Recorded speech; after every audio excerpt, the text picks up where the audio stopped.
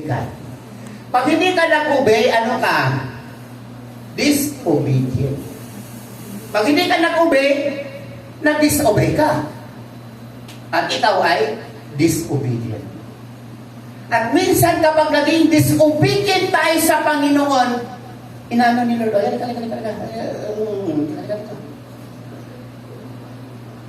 at ang sabi ko doon, submit to God's work of pruning. Pag pinuprone ng isang puno, para mas lalong mamunga, pinuputol-putulan mo natin, di ba? Ano nakikita niyo sa puno? Maganda. Ano nakikita niyo sa puno pag pinuputol? Dagdag. Tubig, luha. That means yung puno na yan ay nasasaktan ang puno na hindi lang nagsasalita. Pero yung pagpuputol sa kanya ay maging dahilan na mas lalo siyang mamunga. Ganun din po sa atin, mga kapatid. Sometimes God discipline us. Inaalis ng Panginoon yung mga bagay na ating kinagigiliwan. Inaalis ng Panginoon mga bagay hindi niya kalooban na gusto natin gawin. Kasi gusto ng Panginoon mamunga ka at pagpalain ka ng ating Diyos. God discipline us. Not for God to harm us. But ito'y dinidisiplina tayo ng ating Panginoon. God is pruning us para mas lalong mamunga ang ating paglilingkod sa Diyos. Napakarami kayong pasaway. Marami tao hindi naniniwala. Minsan nakakalimutan ka na hindi maganda. Okay lang. Okay lang.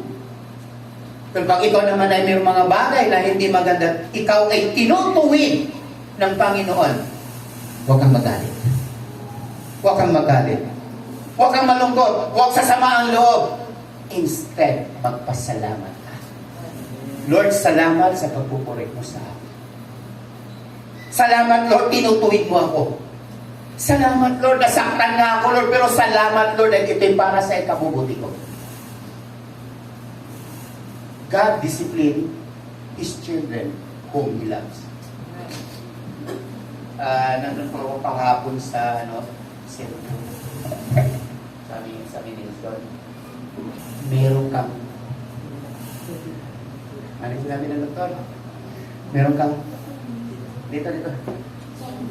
Sinusitis. Meron kang sinusitis. Kulang ko lang sabihin sa Dok, oo, okay lang, pero ang doktor mo namin ay ang Diyos. Hindi ko lang masabi niya. Pero maganda yung sinabi siya. Tama yung nireseta ko sa iyo. Bigla niya may sinasabi, pinatanin ka lang. You are healed. Nagulat ako. Pero may mga, minsan may mga din sa akin. Kaya minsan, kahit yung sa mata ko, dito, hindi tumutulog talaga kasi may sinusitis ka. Sabi ng doktor. Kaya sabi ko, Lord, ikaw may control sa buhay ko. Yung sinasabi ng doktor, nakita lang niya, pero alam ko, Lord, pinagaling mo na ako. Ask whatever. Lord, pinagaling mo na ako. Kaya kahapon, galing kami sa praise and worship dito sa pauwi naman kami, hapon na rin kami nakauwi.